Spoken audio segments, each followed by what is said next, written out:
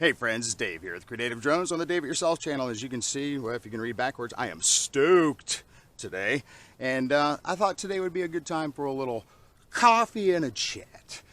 This is a story about a guy who was doing some morning flying and with a bright yellow night radian that has an FPV on it, a run cam, partial temporary, partial custom paint job, and then the FPV system. So about a $400 plane in the air. And he was flying it this morning for sunrise, and then thought he would go ahead and put on the FPV headset, of course, because that's what you want to do when you have FPV in there. But totally forgetting, of course, because he's still in the middle of his first cup of coffee. I mean, the guy we're talking about, still in the middle of his first cup of coffee, and well, he loses it, right? So it's just out there flying. He's in panic mode. All he can do is basically just keep the throttle going, keep it going in a circle. Every once in a while, the FPV kicks in. He can kind of get an idea. Okay, it's heading toward the sun. Okay, so anyway, nonetheless, at about the 10-minute mark of flying and having no idea where the plane is, he just cuts it. However, the FPV hopefully is still working. I don't know. We'll see. So, or he'll see. So anyway, what he does is he gets in his truck or vehicle, drives around with the FPV on, hoping that he will get a ping. Drives around the entire area, doesn't get a ping. Says, well, let me go around one more time. Does go around one more time, gets a ping. Ooh, hello, get a ping. We can see a little bit of screen flicker. So I mean, he can see a little bit of screen flicker. So then what he does is he basically parks his vehicle, and then from there he starts walking around and looking with the FPV system and the monitor and the controller, hoping that the battery and all that, and the plane's in a decent shot. So he does finally get it. He does see that it's not sitting in the middle of a freeway. It's not on somebody's house. It's not in somebody's pool. It's not sparked on some type of building up here, snarfed out. He gets it and he sees that it is actually leafy, which means that it could be in a tree. So what he does is he continues to walk around and continues to get pings, holding the monitor out with the dual diversity on it and finding where the location is. So this particular individual manages to find his plane after about 30 minutes of searching and 20 minutes of, well, 10 minutes of what the fudge, and then 10 minutes of why am I such a, I mean, he says, why am I such a, and then another 10 minutes of just walking around and all that. So we have found it. Let's show you where we're at here. We are at this business park, right in front of the security cameras, so that's awesome. But there it is. You can see that we are safely in the tree right there. So, boop. So we're in good shape. Now, the question is, how does he get it out? So he has capability of a 12-foot ladder, and he does have some extension poles in the truck. So we're going to hope that all that carbon fiber sparring, there we go. Another swig of coffee, get that down. We're going to hope that carbon fiber sparring holds up during this recovery. So if you're interested in going on a little adventure with such individual, well, stick around. If not, well, don't stick around. Go get yourself some coffee, go do something more important. But if you want to see how this goes, stick around, because here we go. Okay, first problems first. He has sandals on, so that is not going to be doing any tree climbing with that. Let's see what we happen to have in the way of recovery tools. Okay, we got this pole. We got this pole.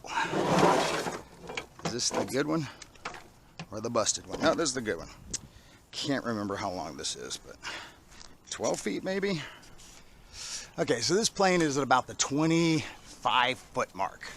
So we will see how close something like this gets first.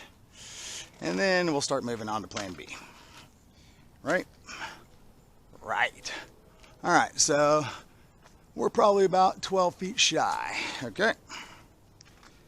12 feet shy. I can probably work with that. All right, let's see what else we got here, friends. Now I do have a couple of these, should you need to duct tape those to the end. What else do I have? Let's see. I got this landscape stake thing, that might come in handy. What else we got up in the truck? Any other poles hiding somewhere? Maybe in the very back, yeah. All right, and this itself I think is like 6 feet or something, 8 feet. So let's set all this to the side. Sorry about the sun there.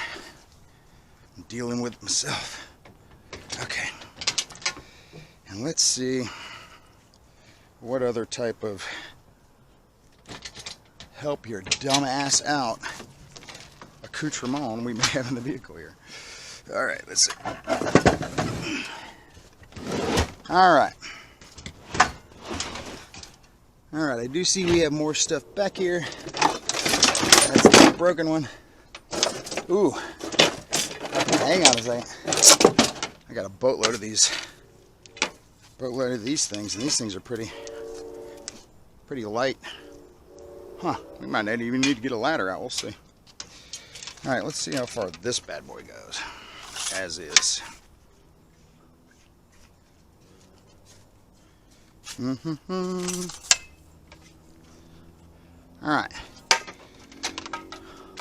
All right, so these two alone are pretty good, but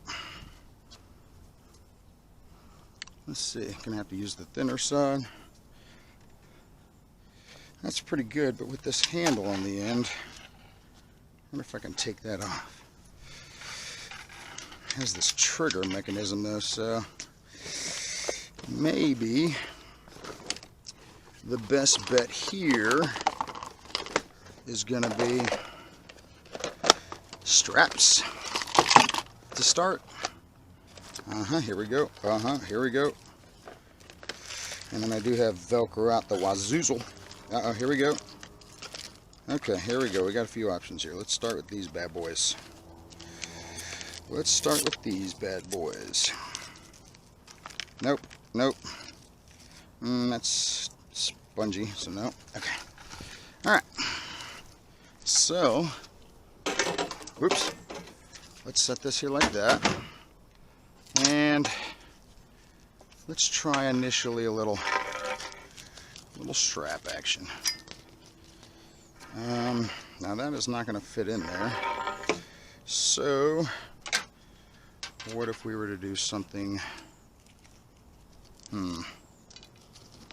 Something